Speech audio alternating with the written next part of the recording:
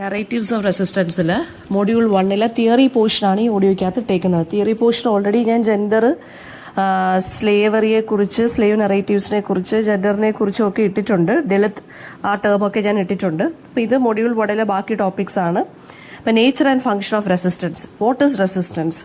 Resistance എന്ന് വെച്ചാൽ act of opposing or defying authority, oppression or injustice. അതായത് നമ്മൾ അതോറിറ്റിക്കെതിരെയോ ഒപ്രഷനെതിരെയോ അല്ലെങ്കിൽ അനീതിക്കെതിരെയോ ഇൻജസ്റ്റിസിനെതിരെയോ നമ്മൾ ഒപ്പോസ് ചെയ്യുക, അല്ലെങ്കിൽ അതിനെയെല്ലാം ഡിഫൈ ചെയ്യുക, അല്ലെങ്കിൽ റിജക്റ്റ് ചെയ്യുക. ആ ഒരു ആക്ടിനെയാണ് നമ്മൾ റെസിസ്റ്റൻസ് എന്ന് വിളിക്കുന്നത്. അത് നമുക്ക് പാസീവായിട്ട് ആക്ട് ചെയ്യാം, അല്ലെങ്കിൽ ആക്റ്റീവായിട്ട് റിബല്യൻ ചെയ്യാം, അല്ലെങ്കിൽ with the help of ideology നമുക്ക് എന്ത് ചെയ്യാം, റെസിസ്റ്റൻസ് അല്ലെങ്കിൽ റെസിസ്റ്റ് ചെയ്ത് നമുക്ക് നിൽക്കാം.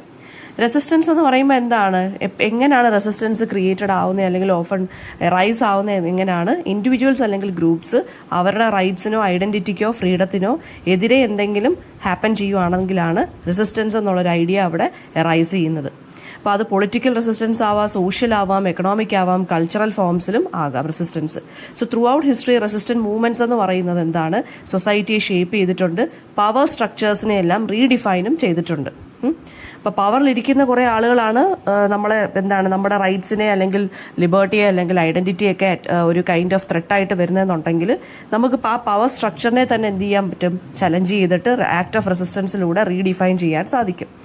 ആർട്ട്, ലിറ്ററേച്ചർ ആൻഡ് മീഡിയയാണ് പവർഫുൾ ടൂൾസ് ഓഫ് റെസിസ്റ്റൻസ് ആയിട്ട് നമ്മൾ കൺസിഡർ ചെയ്യുന്നത്. റെസിസ്റ്റൻസിന്റെ ഫംഗ്ഷൻ എന്ന് വെച്ചാൽ എന്താണ്, ഹൈറാർക്കീസിനെ അല്ലെങ്കിൽ പവർ സ്ട്രക്ചേഴ്സിനെ എല്ലാം നമുക്ക് ത്രെട്ടായിട്ടിരിക്കുന്ന പവർ സ്ട്രക്ചേഴ്സിനെ അല്ലെങ്കിൽ ആ ഹൈറാർക്കിയെ എല്ലാം ചലഞ്ച് ചെയ്യുക, ചേഞ്ചിന് വേണ്ടി നമ്മൾ എന്ത് ചെയ്യുക, അഡ്വക്കേറ്റ് ചെയ്യുക. അതിനാണ് റെസിസ്റ്റൻസ്, അല്ലെങ്കിൽ അതാണ് റെസിസ്റ്റൻസിന്റെ ഫംഗ്ഷൻ എന്ന് പറയുന്നത്. റെസിസ്റ്റൻസ് വയലന്റ് ആവാം, ഫോർ എക്സാമ്പിൾ അപ്രൈസിംഗിലൂടെയോ ഒക്കെ ആകാം, നോൺ വയലന്റും ആകാം. എക്സാമ്പിൾ എന്ന് പറയുന്നത് എന്താണ്, മഹാത്മാഗാന്ധിയുടെ സിവിൽ ഡിസൊബീഡിയൻസ് പോലെയുള്ള, അതായത് വളരെ വയലന്റ് ആയിട്ടുള്ള രീതിയിലും എടുക്കാം, നമുക്ക് നോൺ വയലന്റ് ആയിട്ടുള്ള മെഷേഴ്സും എടുക്കാം റെസിസ്റ്റൻസിന് വേണ്ടി. അടുത്തത് റെസിസ്റ്റൻസിന്റെ സെപ്പറേഷൻ എന്ന് പറയുന്നത് എന്താണ്, കുറച്ചും കൂടി എന്താണ്, ഇറ്റ് ലീഡ്സ് ടു ഓർഗനൈസ്ഡ് അല്ലെങ്കിൽ സ്ട്രാറ്റജിക് ഒപ്പോസിഷൻ. നമ്മളിപ്പോൾ സപ്പോസ് ഇപ്പോൾ ഒരു ഗ്രൂപ്പ് റെസിസ്റ്റ് ചെയ്യാൻ വേണ്ടി വരുവാണ്, ഇന്നെ നോൺ വയലന്റ് വേ ആണെങ്കിലും വയലന്റ് വേ ആണെന്നുണ്ടെങ്കിലും നമ്മൾ സപ്രസ് ചെയ്യുവാണെന്നുണ്ടെങ്കിൽ ബി കെയർഫുൾ. ബിക്കോസ് എന്താണ്, കൺട്രോൾഡ് ഒരു റെസിസ്റ്റൻസിനെ നമ്മൾ സപ്രസ് ചെയ്ത് നിൽക്കുകയാണെന്നുണ്ടെങ്കിൽ അത് കുറച്ചും കൂടി വളരെ വീണ്ടും ശക്തിയോടുകൂടി എന്താണ്, അത് ഒപ്പോസ് ചെയ്യാനായിട്ട് വീണ്ടും ഓർഗനൈസ്ഡ് ആയിട്ടും വളരെ സ്ട്രാറ്റജിക്കലി അത് വരാനും സാധ്യത കൂടുതലാണ്. റെസിസ്റ്റൻസ് മൂവ്മെന്റ് എന്ന് പറയുന്നത് often it depends on collective action അല്ലെങ്കിൽ സോളിഡാരിറ്റി. ഒരു ഗ്രൂപ്പ് ഓഫ് പീപ്പിൾ ആയിരിക്കുമല്ലോ ഇതിനെതിരെ വരുന്നത്. അപ്പോൾ ഒരു കളക്ഷൻ അല്ലെങ്കിൽ ഒരു കളക്റ്റീവ്നെസ് ഇവരുടെ ഇടയിൽ കാണും, അല്ലെങ്കിൽ ഒരു കൈൻഡ് ഓഫ് സോളിഡാരിറ്റി, ഒരു എന്താ പറയുക, ഒരു കൂട്ടായ്മ കാണും. റിലിജിയനും ഐഡിയോളജിയും ആണ് ഫൗണ്ടേഷൻ ഓഫ് റെസിസ്റ്റൻസ് മൂവ്മെന്റ്സ് എന്ന് പറയുന്നത്. സം ഫോംസ് ഓഫ് റെസിസ്റ്റൻസ് എന്ന് പറയുന്നത് എന്താണ്, ഓപ്പറസീവ് സിസ്റ്റത്തിനെ കംപ്ലീറ്റ് ആയിട്ട് ഓവർത്രോ ചെയ്യുന്നതായിരിക്കും. ചില റെസിസ്റ്റൻസ് മൂവ്മെന്റ് എന്ന് വെച്ചാൽ ചേഞ്ച് അല്ലെങ്കിൽ റീഫോംസ് കൊണ്ടുവരാൻ വേണ്ടി മാത്രമായിരിക്കും. ഗവൺമെന്റ്സ് എങ്ങനെയാണ് റെസിസ്റ്റൻസിന് റെസ്പോണ്ട് ചെയ്യുന്നത്, റിപ്രഷനിലൂടെയും നെഗോസിയേഷനിലൂടെയും അല്ലെങ്കിൽ കോ ഓപ്റ്റേഷനിലൂടെയാണ് റെസിസ്റ്റ് ചെയ്യുന്നത്, അല്ലെങ്കിൽ ആ റെസിസ്റ്റൻസിന് റെസ്പോണ്ട് ചെയ്യുന്നത്. ചിലപ്പോൾ അവർ ചർച്ച വിളിക്കും, അല്ലേ, അല്ലെങ്കിൽ നെഗോസിയേഷൻ, പിന്നെന്താണ്, അല്ലെങ്കിൽ എന്താണ്, റിപ്രസ് ചെയ്യുക, അതായത് അടിച്ചമർത്താൻ ശ്രമിക്കും. പിന്നെന്താണ്, റെസിസ്റ്റൻസ് സ്പോണ്ടേനിയസ് ആവാം അല്ലെങ്കിൽ പ്ലാൻഡ് ആവാം. It depends upon the circumstances. Successful resistance എന്ന് പറയുന്നത് ലീഡർഷിപ്പിനെയും സ്ട്രാറ്റജിയെയും എക്സ്റ്റേണൽ സപ്പോർട്ടിനെയും ഒക്കെ ഡിപ്പെൻഡ് ചെയ്തിരിക്കും. ഫിലോസഫേഴ്സ് ആയിട്ടുള്ള ഫൂക്കോ അല്ലെങ്കിൽ ഗ്രാംഷി, ഇവരൊക്കെ എന്താണ്, പവറിനെ കുറിച്ചും റെസിസ്റ്റൻസിനെ കുറിച്ചൊക്കെ ഒരുപാട് എക്സ്പ്ലോർ ചെയ്തിട്ടുള്ള ആളുകളാണ്. Resistance can sometimes lead to, ചിലപ്പോൾ ഭയങ്കര നമ്മൾ പ്രതീക്ഷിക്കാത്ത അല്ലെങ്കിൽ അൺഎക്സ്പെക്റ്റഡ് ആയിട്ടുള്ള കോൺസിക്വൻസസിലോട്ടൊക്കെ വരുത്തും. ആൻഡ് എഫക്റ്റീവ്നെസ് ഓഫ് റെസിസ്റ്റൻസ് എന്ന് പറയുന്നത് എന്താണ്, സൊസൈറ്റിയിൽ അതെന്ത് നല്ല മാറ്റമാണോ കൊണ്ടുവന്നത്, അതിലിരിക്കും നമ്മുടെ റെസിസ്റ്റൻസിന്റെ എഫക്റ്റീവ്നെസ് എന്ന് പറയുന്നത്. ഹെട്രോജീനിയസ് ഫോംസ് ഓഫ് റെസിസ്റ്റൻസ്, അത് പല ടൈപ്പ് ഓഫ് റെസിസ്റ്റൻസ് ഉണ്ട്. റെസിസ്റ്റൻസ് യൂണിഫോം അല്ല, ഡിഫറെന്റ് ഫോംസ് ആണുള്ളത്, depending upon the context and as well as the participants. Cultural resistance ആണ് അതിൽ ഒന്നാമത്തത്. കൾച്ചറൽ റെസിസ്റ്റൻസ് എന്ന് വെച്ച് കഴിഞ്ഞാൽ നമ്മുടെ കൾച്ചറിനെ പ്രിസർവ് ചെയ്യാൻ വേണ്ടി അല്ലെങ്കിൽ ട്രഡീഷനെ പ്രിസർവ് ചെയ്യാൻ വേണ്ടി എടുക്കുന്ന റെസിസ്റ്റൻസ് ആണ് cultural resistance. For example indigenous ആയിട്ടുള്ള ആളുകൾ, ട്രൈബൽ പീപ്പിൾ, അവരുടെ ട്രഡീഷനെയൊക്കെ ഡോമിനന്റ് കൾച്ചർ എന്ന് പറയുമ്പോൾ ഒരു മെയിൻ സ്ട്രീം കൾച്ചർ കാണുമല്ലോ, സൊസൈറ്റിയിൽ ഒരു അക്സെപ്റ്റഡ് കൾച്ചർ കാണുമല്ലോ, അതിനെതിരെ നിൽക്കുന്നതാണ് ഈ ഇൻഡിജിനിയസ് പീപ്പിളുടെ അല്ലെങ്കിൽ ട്രഡീഷണൽ കൾച്ചർ. അവരുടെ കൾച്ചർ എന്ന് പറയുന്നതും ലിവിങ് സ്റ്റൈൽ എന്ന് പറയുന്നത് നമ്മളുമായിട്ട് ഡിഫറെൻ്റ് ആണ്. സോ കൾച്ചറൽ റെസിസ്റ്റൻസ് എന്ന് പറയുന്നത് മോസ്റ്റ്ലി എന്താണ്, പ്രിസർവിങ് ഇൻഡിജിനിയസ് ട്രഡീഷൻസ് അല്ലെങ്കിൽ indigenous culture, okay, against dominant culture. Political resistance എന്ന് വെച്ചാൽ റവല്യൂഷനിലൂടെ, സിവിൽ ഡിസൊബീഡിയൻസിലൂടെ അല്ലെങ്കിൽ ബോയ്ക്കോട്ടിലൂടെ ഒക്കെ മാനിഫെസ്റ്റഡ് ആവുന്നതാണ് പൊളിറ്റിക്കൽ റെസിസ്റ്റൻസ്. എക്കണോമിക് റെസിസ്റ്റൻസ് എന്ന് പറയുമ്പോൾ സ്ട്രൈക്കിലൂടെ, ബോയ്ക്കോട്ടിലൂടെ, അതുപോലെ തന്നെ ഓൾട്ടർനേറ്റീവ് ആയിട്ടുള്ള എക്കണോമിക് സിസ്റ്റത്തിലൂടെ ഒക്കെ വരും. സിംബോളിക് റെസിസ്റ്റൻസ് എന്ന് പറഞ്ഞുകൊണ്ട്, സിംബോളിക് റെസിസ്റ്റൻസ് എന്ന് വെച്ചാൽ ലാംഗ്വേജ്, ആർട്ട് അല്ലെങ്കിൽ ഫാഷനിലൂടെ നമ്മൾ ചലഞ്ച് ചെയ്യുന്നു. ഡിജിറ്റൽ റെസിസ്റ്റൻസ് എന്ന് വെച്ചാൽ സോഷ്യൽ മീഡിയ അല്ലെങ്കിൽ ഓൺലൈൻ പ്ലാറ്റ്ഫോംസിലൂടെ നമ്മൾ എന്ത് ചെയ്യുന്നു, റെസിസ്റ്റൻസ്. പിന്നെ റെസിസ്റ്റൻസ് സറ്റിലാവാം, വളരെ സറ്റിലായിട്ടുള്ള രീതിയിലും ആവാം.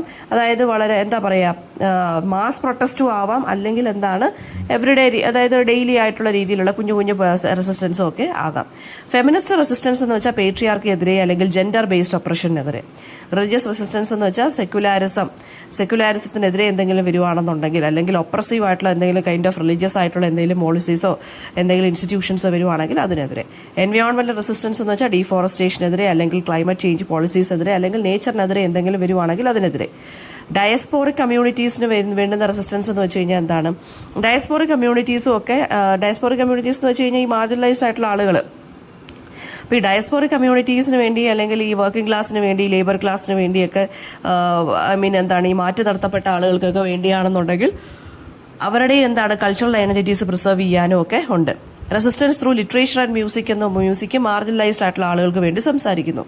വർക്കേഴ്സ് ആണെന്നുണ്ടെങ്കിൽ എന്താണ് ഈ എക്സ്പ്ലോയിറ്റേഷനെതിരെ, പിന്നെ എന്താണ് ക്യാപിറ്റലിസത്തിനെതിരെയൊക്കെ പ്രവർത്തിക്കുന്നു. LGBTQ+ കമ്മ്യൂണിറ്റീസും റെസിസ്റ്റ് ചെയ്യുന്നുണ്ട് അല്ലേ.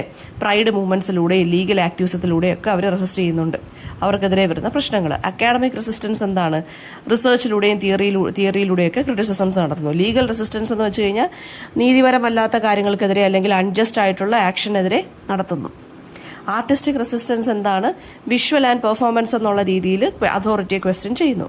അപ്പോൾ റെസിസ്റ്റൻസ് എന്ന് പറയുന്നത് എന്താണ്, ഇത്രയും ടൈപ്സ് ഓഫ് റെസിസ്റ്റൻസ് ആണ് നമുക്ക് ഉള്ളത്. അപ്പോൾ അത് ഹെട്രോജീനിയസ് ആണ്. ഓക്കെ. ജെൻഡർ റെസിസ്റ്റൻസും, ജെൻഡർ ബേസ്ഡ് റെസിസ്റ്റൻസ് എന്ന് വെച്ചാൽ പേട്രിയാർക്കിക്കെതിരെ അല്ലെങ്കിൽ ജെൻഡർ ഇനിക്വാളിറ്റിക്കെതിരെയാണ് വരുന്നത്. ഫെമിനിസം ആണ് ഏറ്റവും വലിയ സിഗ്നിഫിക്കൻ്റ് ആയിട്ടുള്ള ജെൻഡർ ബേസ്ഡ് റെസിസ്റ്റൻസ് മൂവ്മെന്റിൽ ഒരെണ്ണം. വിമൻ സഫറേജ് മൂവ്മെന്റ്സ് ഒക്കെയാണ് ഇതിനകത്ത് വരുന്നത്. അതായത് വോട്ടിംഗ് റൈറ്റ്സ് വേണം. അപ്പോൾ ജെൻഡർ റെസിസ്റ്റൻസ് എന്ന് വെച്ച് കഴിഞ്ഞാൽ വർക്ക് പ്ലേസ് ഡിസ്ക്രിമിനേഷനെതിരെ അല്ലെങ്കിൽ വേജ് ഗ്യാപ്പ് എന്ന് വെച്ചാൽ എന്താണ്, ആണുങ്ങൾക്കും പെണ്ണുങ്ങൾക്കും വേറെ വേറെ സാലറീസ്. പിന്നെ LGBTQ റെസിസ്റ്റൻസും എന്തിനെതിരെയാണ്, ഈ ഒരു ജെൻഡറിനകത്ത് വരുന്ന റെസിസ്റ്റൻസ് ആണ്. അവരെ എന്തിനെതിരെയാണ്, ഡിസ്ക്രിമിനേഷനെതിരെയും ഒക്കെയാണ് ഇത് പ്രവർത്തിക്കുന്നത്. പിന്നെ വിമൺ പ്രൊട്ടസ്റ്റും ഉണ്ട്. അതുപോലെ തന്നെ #MeToo മൂവ്മെന്റ് ഒക്കെ ജെൻഡർ ബേസ്ഡ് റെസിസ്റ്റൻസ് ആണ് കേട്ടോ. പിന്നെ ഇന്റർസെക്ഷണൽ ഫെമിനിസം എന്ന് പറഞ്ഞൊരു കൈൻഡ് ഓഫ് അതുകൊണ്ട്. ഇന്റർസെക്ഷണൽ ഫെമിനിസം എന്ന് വെച്ചാൽ റേസ്, ക്ലാസ്, ജെൻഡർ എങ്ങനെ ഇന്റർസെക്റ്റഡ് ആവുന്നു ഒപ്രഷനിൽ. പിന്നെ ക്യൂർ ആക്ടിവിസം, അതായത് ക്യൂർ ആക്ടിവിസം എന്ന് വെച്ച് കഴിഞ്ഞാൽ നമുക്ക് LGBTQ+ന്റെ ആ ഒരു ആക്ട് ഓഫ് റെസിസ്റ്റൻസ് ഉണ്ട്. പിന്നെന്താണ് മെയിൽ റൈറ്റേഴ്സ്, ലിറ്ററേച്ചറിലും സ്ത്രീകളുടെ റെസിസ്റ്റൻസ് ഉണ്ട്. അതായത് മെയിൽ ഡോമിനേറ്റഡ് നറേറ്റീവ്സിനെതിരെ വരുന്നുണ്ട്, ആ മെയിൽ റൈറ്റിംഗ് സ്റ്റൈലിനെതിരെ വരുന്നുണ്ട്. പിന്നെന്താണ് ഡ്രസ് കോഡിനെതിരെ അല്ലെങ്കിൽ സൊസൈറ്റിയുടെ എക്സ്പെക്ടേഷൻസിനെതിരെ ഈ സ്ത്രീകൾ റെസിസ്റ്റ് ചെയ്യാറുണ്ട്. പിന്നെ ട്രാൻസ്ജെൻഡേഴ്സിന്റെ റൈറ്റ്, അവരുടെ ആക്ടിവിസം ഉണ്ട്. അത് എന്ന് വെച്ചാൽ ജെൻഡർ ബൈനറിക്കെതിരെ ഫൈറ്റ് ചെയ്യുന്നു അവർ. അതായത് മെയിൽ ആൻഡ് ഫീമെയിൽ മാത്രമേ ഉള്ളൂ എന്നുള്ള ആ ഒരു കോൺസെപ്റ്റിനെതിരെ അവർ ഫൈറ്റ് ചെയ്യുന്നു. അതാണ് ജെൻഡർ ബൈനറിക്കെതിരെ ഫൈറ്റ് ചെയ്യുന്നു. പിന്നെന്താണ് നമ്മുടെ ബോഡി ഇറ്റ്സെൽഫ് എന്താണ് ഒരു സൈറ്റ് ഓഫ് റെസിസ്റ്റൻസ് ആയിട്ട് മാറുന്നുണ്ട്, ടാറ്റൂയിങ്ങിലൂടെ, ഫാഷനിലൂടെ, എക്സ്പ്രഷനിലൂടെ. പിന്നെന്താണ് പൊളിറ്റിക്സിൽ, മീഡിയയിലൂടെയൊക്കെ നമ്മൾ ഈ ഒരു റെപ്രസെൻറ്റേഷൻ നമ്മൾ ചെയ്യാറുണ്ടല്ലേ റെസിസ്റ്റൻസിന്റെ കാര്യത്തിൽ. പിന്നെ സ്ത്രീകൾ ലീഡ് ചെയ്യുന്ന പ്രൊട്ടസ്റ്റുകളുണ്ട് അല്ലേ, മാർച്ചുകളുണ്ട്. പിന്നെന്താണ് ജെൻഡർ വയലൻസിനെതിരെ കൊണ്ടുവന്ന ലോസ് ഉണ്ട്. Sex work and body autonomy, അതിനെക്കുറിച്ചൊക്കെ ഒരുപാട് ഡിബേറ്റ്സ് നടക്കുന്നുണ്ട്. അപ്പോൾ ഇതൊക്കെയാണ് ജെൻഡറും റെസിസ്റ്റൻസും തമ്മിലുള്ളൊരു ഇത്. പിന്നെ റീപ്രൊഡക്റ്റീവ് റൈറ്റിൻ്റെതിരെ അത് ഇമ്പോർട്ടൻ്റ് ആണ്. ദളിത് റെസിസ്റ്റൻസ് എന്ന് പറയുന്നത് കാസ്റ്റ് ബേസ്ഡ് ഒപ്രഷൻ ആണ്. ഡോക്ടർ BR അംബേദ്കർ ആയിരുന്നു ദളിത് റെസിസ്റ്റൻസിലെ മെയിൻ ഫിഗർ എന്ന് പറയുന്നത്. ദളിത് പാന്തർ മൂവ്മെന്റ് എന്ന് പറഞ്ഞ് ബ്ലാക്ക് പാന്തർ മൂവ്മെന്റ് എന്ന് പറഞ്ഞൊരു മൂവ്മെന്റ് ഉണ്ടായിരുന്നു, ആഫ്രിക്കൻ കമ്മ്യൂണിറ്റിയുടെ ഇടയിൽ പോപ്പുലറായ.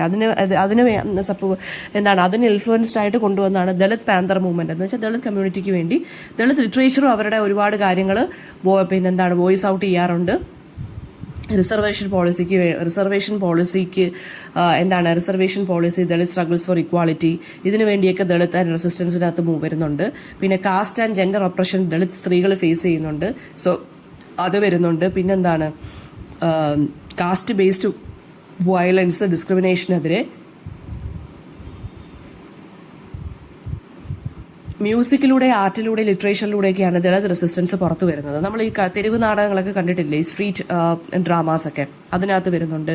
അൺടച്ചബിലിറ്റിയെ കുറിച്ച് വരുന്നുണ്ട്. സോഷ്യൽ മീഡിയ ഒരു പവർഫുൾ ടൂളാക്കി മാറ്റുന്നുണ്ട്. പിന്നെ ഒരുപാട് ഫിലിംസ് ഇറങ്ങുന്നുണ്ട്.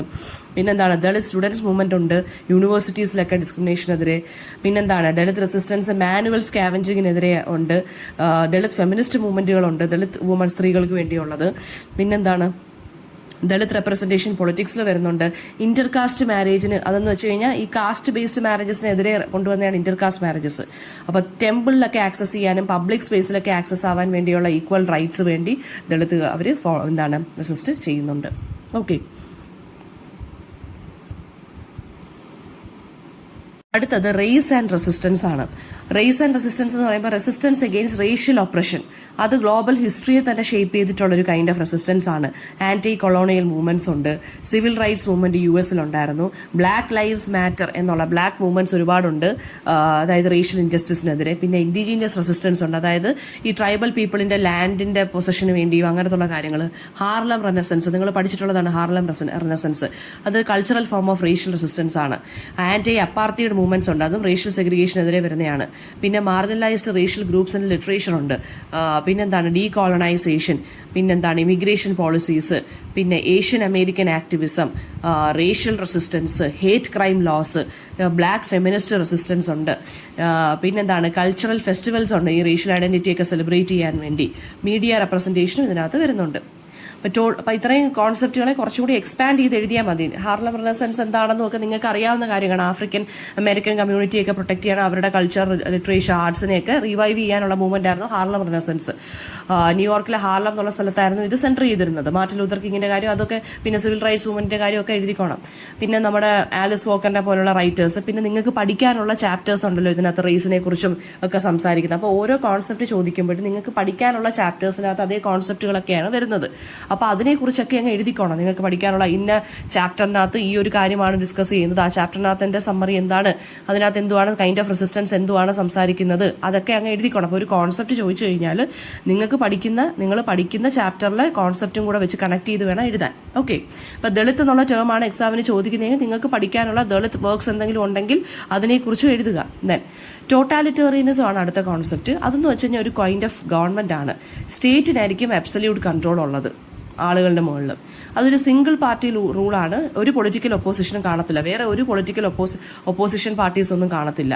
ഒരൊറ്റ ഒരു കൈൻഡ് ഓഫ് അബ്സല്യൂട്ട് കൺട്രോൾ ആണ് സ്റ്റേറ്റിനുള്ളത്. ഇപ്പോൾ ടോട്ടാലിറ്റേറിയൻ എന്ന് വെച്ച് കഴിഞ്ഞാൽ ടോട്ടൽ കൺട്രോൾ എന്നുള്ള രീതിയിലാണ്. പബ്ലിക് ഒപ്പീനിയനെ അവർ കൺട്രോൾ ചെയ്യുന്നു അവരുടെ പ്രൊപ്പഗൻഡാസ് വെച്ചിട്ട്. സർവൈലൻസും സെൻസർഷിപ്പും ഒക്കെ വെച്ചിട്ടായിരിക്കും ഇവർ സപ്രസ് ചെയ്യുന്ന ആളുകളെ. ഓക്കെ, അപ്പോൾ ഈ ടോട്ടാലിറ്റേറിയൻ സ്റ്റേറ്റ്സിലുള്ള ലീഡേഴ്സിനെയാണ് നമ്മൾ സുപ്രീം റൂളേഴ്സ് ആയിട്ടും ഡിക്റ്റേറ്റേഴ്സ് ഒക്കെ ആയിട്ട് കൺസിഡർ ചെയ്യുന്നത്. എക്സാമ്പിൾ നാസി ജർമ്മനിലെ ഹിറ്റ്ലർ, സ്റ്റാലിന്റെ USSR, നോർത്ത് കൊറിയയിൽ ഇപ്പം നമുക്ക് അറിയാമല്ലോ നോർത്ത് കൊറിയയിലെ റൂളർ. അതൊക്കെയെന്ന് വെച്ച് കഴിഞ്ഞാൽ എന്താണ്, ഒരു കൈൻഡ് ഓഫ് ടോട്ടാലിറ്റേറിയൻ ഗവൺമെന്റിലായിട്ട് വരും. പൊളിറ്റിക്കൽ, പിന്നെ അതുപോലെ തന്നെ ഇപ്പം എന്തെങ്കിലും ഒരു കൈൻഡ് ഓഫ് പൊളിറ്റിക്കലായിട്ട് ഒരു കൈൻഡ് ഓഫ് പ്രശ്നങ്ങളെല്ലാം നടക്കുകയാണെന്നുണ്ടെങ്കിൽ ആ സ്റ്റേറ്റ് തന്നെ എന്ത് ചെയ്യും, ആ ഒരു ഇതിനെ എലിമിനേറ്റ് ചെയ്യാൻ ശ്രമിക്കും. സിറ്റിസൺസിന് ഒരു പേഴ്സണൽ ഫ്രീഡവും കാണത്തില്ല ടോട്ടാലിറ്റേറിയൻ റൂളിൽ. പിന്നെന്താണ്, ഈ യങ് ഏജിൽ തൊട്ട് തന്നെ എഡ്യൂക്കേഷൻ സിസ്റ്റം ഒക്കെ നല്ല കൺട്രോൾഡ് ആയിരിക്കും.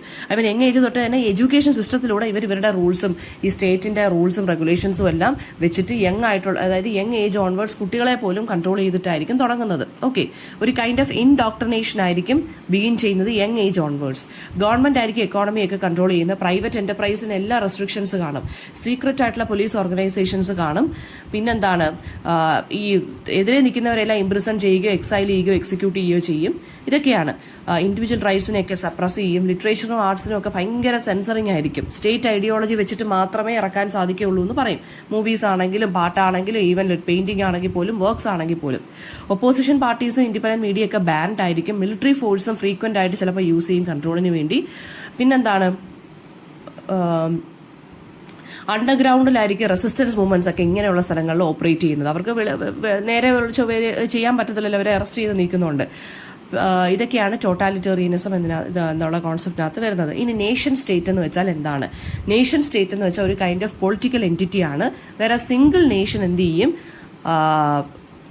അതായത് ഒരു സിംഗിൾ നേഷൻ ആയിരിക്കും ഗവേൺ ചെയ്യുന്നത്. അതായത് അതിന്റെ ചുറ്റിനും അതിന്റെ ബോർഡേഴ്സ് എല്ലാം ഡിഫൈൻ ചെയ്ത് അത് തന്നെ ഒരു നേഷൻ തന്നെ എന്താണ് ഒരു പൊളിറ്റിക്കൽ പാർട്ടിയായിട്ട് മാറി, അല്ലെങ്കിൽ ഒരു പൊളിറ്റിക്കൽ ഗ്രൂപ്പായിട്ട് മാറി. അതിന് അതിൻ്റെതായിട്ടുള്ള, നമ്മൾ നേരത്തെ പറഞ്ഞില്ലേ ടോട്ടാലിറ്റേറിയനിസം, അതിൻ്റെ ഒരു വേറെ കോൺസെപ്റ്റാണ് നേഷൻ സ്റ്റേറ്റ് എന്ന് പറയുന്നത്. അത് 1648 ശേഷമാണ് ഈ ഒരു കോൺസെപ്റ്റ് പ്രോമിനന്റ് ആയിട്ട് മാറിയത്. ഒരു ഷെയർഡ് ആയിട്ടുള്ള നാഷണൽ ഐഡന്റിറ്റി കാണും, കൾച്ചറും ലാംഗ്വേജും എത്രിസിറ്റിയൊക്കെ ബേസ് ചെയ്തിട്ട്. പിന്നെന്താണ്, നാഷണലിസം ആയിരിക്കും എന്താണ് നേഷൻ സ്റ്റേറ്റിന്റെ ക്രിയേഷനെ ഇത് വഴിയൊരുക്കുന്നത്. ജപ്പാനൊക്കെ എന്ന് വെച്ച് കഴിഞ്ഞാൽ റിലേറ്റീവ്ലി ഹോമോജീനിയസ് ആണ്. ഇന്ത്യ എന്ന് പറയുമ്പോൾ എന്താണ്, അപ്പോൾ ഫോർ എക്സാമ്പിൾ ഇന്ത്യ എന്ന് പറയുന്നത് എന്താണ്, വളരെ ഡൈവേഴ്സ് ആയിട്ടുള്ള ഒരു കൺട്രിയാണ് അല്ലേ. അപ്പോൾ അവിടെ നമുക്ക് ഒരിക്കലും ഹോമോജീനിയസ് ആയിട്ടുള്ളൊരു കാര്യം നമുക്ക് ഇവിടെ ഇൻട്രൊഡ്യൂസ് ചെയ്യാൻ പറ്റത്തില്ല. എല്ലാവരെയും മുൻനിർത്തി എല്ലാവരെയും കണ്ട് എല്ലാവരുടെയും റൈറ്റ്സ് പ്രൊട്ടക്ട് ചെയ്തിട്ട് വേണം നമ്മൾ ഒരു റൂളാണെങ്കിൽ ഇറക്കാൻ വേണ്ടി. അപ്പോൾ ഈ നേഷൻ സ്റ്റേറ്റിൽ പക്ഷേ അങ്ങനെ അല്ല. ജപ്പാൻ പോലുള്ള സ്ഥലം എന്ന് വെച്ച് കഴിഞ്ഞാൽ നേഷൻ സ്റ്റേറ്റ് ആണെന്ന് നമുക്ക് പറയാം. പിന്നെന്ന് പറയുന്നത് എന്താണ്, സ്ട്രോങ് ആയിട്ടുള്ള സെൻട്രലൈസ്ഡ് ഗവൺമെന്റ്സ് കാണും. പിന്നെ ഇപ്പോൾ നേഷൻ സ്റ്റേറ്റിനെ സിമ്പിളായിട്ട് പറയുകയാണെങ്കിൽ ഒരു സിംഗിൾ ഗവൺമെന്റ് ആയിരിക്കും റൂൾ ചെയ്യുന്നത്. അതായത് മൊത്തത്തിലുള്ള ആളുകളെ അവർക്കൊരു കോമൺ ഐഡന്റിറ്റി ആയിരിക്കും. അതായത് രാജ്യം എന്ന് പറയുന്നത് പോലെ നേഷൻ സ്റ്റേറ്റ് ഷെയർഡ്, അതായത് ഒരു കോമൺ ഐഡന്റിറ്റി ആയിരിക്കും ഉള്ളത്. Common history, common culture, common language. നമുക്ക് ഇന്ത്യയിൽ അങ്ങനെ ആണോ? കോമൺ ലാംഗ്വേജ് ആണോ? അല്ല. അതുപോലെ തന്നെ എന്താണ്, ഒരു കറക്റ്റ് ഡിഫൈൻഡ് ബോർഡേഴ്സ് കാണും. ഒരു സിംഗിൾ സിസ്റ്റം ഓഫ് ഗവൺമെന്റ് ആയിരിക്കും ഉള്ളത്. യുണൈറ്റഡ് സ്റ്റേറ്റ്സ് ഒരു നേഷൻ സ്റ്റേറ്റ് ആണ്, ബിക്കോസ് അതിനെ സിംഗിൾ ഇൻഡിപെൻഡന്റ് ഗവൺമെന്റ് ആണ് റൂൾ ചെയ്യുന്നത് അല്ലേ. അതായത് അമേരിക്കൻ എന്ന് കൺസിഡർ ചെയ്യുന്ന കുറച്ച് ആളുകളാണ് അതിന്റെ കീഴിൽ ഉള്ളത്. Nation state was establish in Europe during the 19th century. അപ്പം ഇതൊക്കെയാണ് നേഷൻ സ്റ്റേറ്റിന് വരുന്ന മെയിൻ പോയിന്റ്സ് എന്ന് പറയുന്നത്. ഒരു ബേസിക് ആയിട്ടുള്ള പോയിന്റ്സ് എന്ന് പറയുന്നത് ഇതാണത്. ഒരു കോൺസെപ്റ്റ്, ഒരു കൺട്രി എന്നുള്ളൊരു കോൺസെപ്റ്റ് ആണ്, but more than A country. അതാണ് ഇതിനകത്ത് വരുന്നത്. ഒരു പൊളിറ്റിക്കൽ യൂണിറ്റ് ആണ്. ഓക്കെ, നേഷനും സ്റ്റേറ്റും എല്ലാം ഒന്നായിരിക്കും. അതാണ് ഇവിടെ ഉദ്ദേശിക്കുന്നത്. പിന്നെ എന്താണ്, എക്കണോമിക് പോളിസീസ് ഒക്കെ എന്ന് പറയുന്നത് ഈ ഒരു ഒറ്റ ഗവൺമെന്റ് ആയിരിക്കും എല്ലാം ചെയ്തത്. ഗ്ലോബലൈസേഷൻ പോലുള്ള കൺസെപ്റ്റുകളൊക്കെ ഈ നേഷൻ സ്റ്റേറ്റിന്റെ പവറിനെ ചലഞ്ച് ചെയ്യുന്ന കാര്യങ്ങളാണ്. നാഷണലിസം ആണ് ഇതിനകത്ത് കൂടുതലായിട്ടും ഉള്ളത്. പിന്നെന്താണ്, ഈ നേഷൻ സ്റ്റേറ്റുകളിലെ അതായത് അങ്ങനെയുള്ള കൺട്രീസിലെ കോൺഫ്ലിക്റ്റ് ഒക്കെ പരിഹരിക്കുന്നത് ഇന്റർനാഷണൽ ഓർഗനൈസേഷൻസ് ആയിട്ടുള്ള UN ഒക്കെ ആയിരിക്കും മീഡിയേറ്റ് ചെയ്യുന്നത്. ദെൻ അടുത്തത് ഹോളോകാസ്റ്റ് ആണ്. ഹോളോകാസ്റ്റ് എന്ന് പറയുന്നത് എന്താണ്, ഒരു സിസ്റ്റമാറ്റിക് ജെനോസൈഡ് ആണ്. 6 million ജൂസിനെ നാസി ജർമ്മനി കൊന്നുകളഞ്ഞു. മാസ് മർഡർ, അങ്ങനെ ആലോചിച്ചാൽ മതി. വേൾഡ് വാർ 2 സമയത്തായിരുന്നു ഇത് ഹാപ്പൻ ചെയ്ത്. 1941 and 45 ആ ഒരു കാലഘട്ടത്തിൽ. വേറെ, അതായത് ഈ ജ്യൂസിനെ കൊല്ലുന്ന മാത്രമല്ല ഹോളോകാസ്റ്റിനകത്ത് വരുന്ന LGBT കമ്മ്യൂണിറ്റീസിന്റെ കാര്യവും ഇൻഡിവിജ്വൽസ്, ഡിസേബിൾഡ് പേഴ്സൺസ്, ഇതെല്ലാം ഈ ഒരു ഇതിനകത്താണ് വരുന്നത്. ഇപ്പൊ നാസീസ് എന്താണ്, കോൺസെൻട്രേഷൻ ക്യാമ്പ്സിനെ, ഡെത്ത് ക്യാമ്പൊക്കെ യൂസ് ചെയ്തിട്ടാണ് ഈ മാസ് എക്സ്റ്റർമിനേഷൻ അല്ലെങ്കിൽ കൂട്ടക്കൊല ചെയ്തത്. ഓക്കെ, പിന്നെ ഓഷ്വിറ്റ്സ് ബിർക്കേനിയോ ആണ് largest and most infamous extermination camp എന്ന് നമ്മൾ പറയുന്നത്. അതായത് ആ ക്യാമ്പിൽ വെച്ചിട്ടാണ് ഈ ജ്യൂസിനെ എല്ലാം കൊന്നുകളഞ്ഞത്. അഡോൾഫ് ഹിറ്റ്ലറിന്റെ ഐഡിയോളജി ഓഫ് റേഷ്യൽ പ്യൂരിറ്റിയാണ് ഈ ജനസൈഡിന് വഴിയൊരുക്കിയത്. ആന്റി സെമറ്റിക് ലോസ്, ഇതൊക്കെയാണ് ഹോളോകാസ്റ്റിന് വഴിയൊരുക്കിയത്. മെനി വിക്ടിംസ് എന്ന് പറയുന്നത് ക്യാമ്പിലോട്ട് ട്രാൻസ്പോർട്ട് ചെയ്തത് കാറ്റിൽ കാർസിലൊക്കെയാണ്. ഹൊറിഫിക് കണ്ടീഷൻസിലായിരുന്നു ഇവർ ജീവിച്ചുകൊണ്ടിരുന്നത്. ജൂയിഷ് റെസിസ്റ്റൻസ് ഒക്കെ ഹാപ്പൻ ചെയ്തിട്ടുണ്ട്. പിന്നെന്താണ്, ഈ അലൈഡ് ഫോഴ്സസ് ആണ് കോൺസെൻട്രേഷൻ ക്യാമ്പിനെയൊക്കെ ലിബറേറ്റ് ചെയ്ത് 1945. ഈ ഹോളോകോസ്റ്റിന്റെ ഈ ഒരു പ്രശ്നം കാരണമാണ് യൂണിവേഴ്സൽ ഡിക്ലറേഷൻ ഓഫ് ഹ്യൂമൻ റൈറ്റ്സിന്റെ ക്രിയേഷൻ തന്നെ ഹാപ്പൻ ചെയ്തത്. ഓക്കെ, ദെൻ ഒരുപാട് സർവൈവേഴ്സ് അവരുടെ ടെസ്റ്റിമണീസ് എല്ലാം ബുക്കിന്റെ രൂപത്തിലും ഇന്റർവ്യൂസിന്റെ രൂപത്തിലൊക്കെ ഷെയർ ചെയ്തിട്ടുണ്ട്. അവരുടെ എക്സ്പീരിയൻസ് എല്ലാം ഒരുപാട് മെമ്മോറിയൽസും മ്യൂസിയംസും ഉണ്ട് ഹോളോകാസ്റ്റ് വിക്ടിംസിന് വേണ്ടി. ദ ടേം ജെനോസൈഡ് എന്ന് പറയുന്ന ഹോളോകാസ്റ്റിൽ ആ ഒരു റെസ്പോൺസിന് വേണ്ടി കൊണ്ടുവന്നൊരു ടേമാണ്, കോയിൻ ചെയ്ത ടേമാണ് ജെനോസൈഡ്, മാസ് കൂട്ടക്കൊല എന്നുള്ള രീതിയിൽ. ജൂയിഷ് കമ്മ്യൂണിറ്റീസ് ശരിക്കും പറഞ്ഞാൽ ഈ ഹോളോകാസ്റ്റിന്റെ ലാസ്റ്റിംഗ് ഇമ്പാക്ട് തന്നെ ഉണ്ട്. ആൻഡ് നെവർ അഗെയിൻ എന്നുള്ള ഫ്രേസാണ് ഈ ഹോളോകാസ്റ്റ് ഹൊററിന്റെ റിമൈൻഡർ ആയിട്ട് നമ്മൾ എപ്പോഴും യൂസ് ചെയ്യുന്നത്.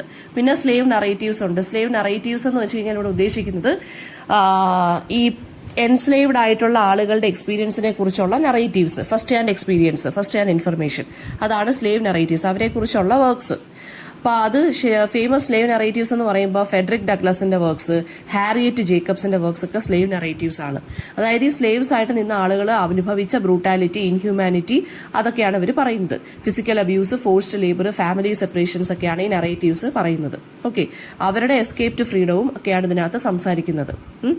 സ്ലേവ് നറേറ്റീവ്സ് അമേരിക്കൻ ഡെമോക്രസിയുടെ ആ ഒരു ഹിപ്പോക്രസിയെ കുറിച്ചൊക്കെയാണ് ഇപ്പോൾ സംസാരിച്ചിട്ടുള്ളത്. പിന്നെ എൻസ്ലേവ്ഡ് പീപ്പിളിന്റെ ആളുകളുടെ ലൈഫിനെ കുറിച്ചും ഒക്കെയായിരുന്നു. അവർക്ക് എഡ്യൂക്കേഷൻ കിട്ടാത്തതിൻ്റെ കാര്യങ്ങൾ, അവരെ മാർക്കറ്റിലൊക്കെ വെച്ച് സ്ലേവ്സിനെ ഓപ്പൺ ആയിട്ട് വിൽക്കുന്നതും മേടിക്കുന്ന കാര്യങ്ങളൊക്കെ ഇതിനകത്ത് പറഞ്ഞിട്ടുണ്ട്.